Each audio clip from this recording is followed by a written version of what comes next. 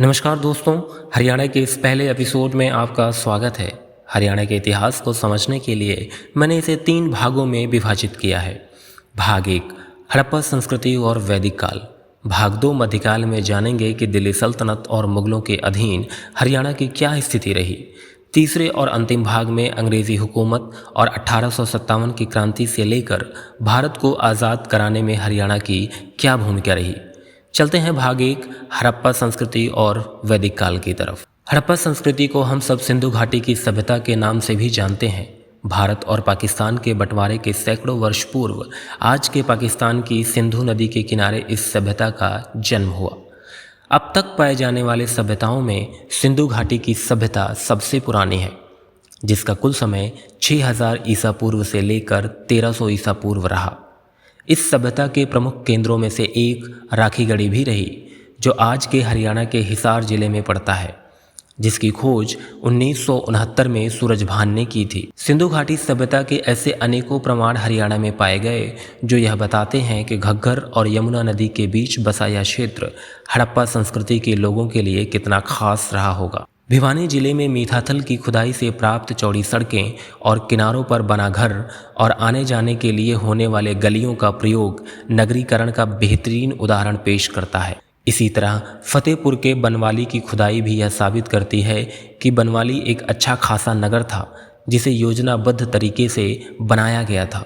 पूरब और पश्चिम भागों में बटा यह नगर विविधताओं को दर्शाता है।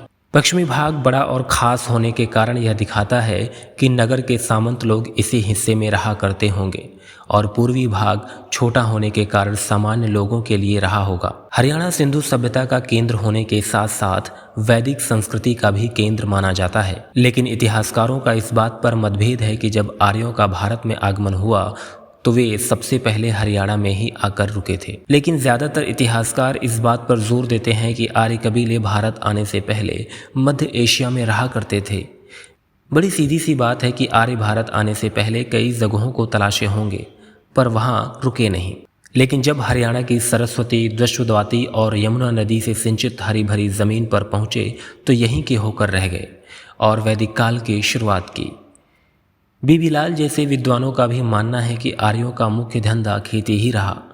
ऋग्वेद भी इस बात को प्रमाणित करता है कि सरस्वती दृश्वदाती नदी के आसपास भरत नामक कबीला रहा करता था।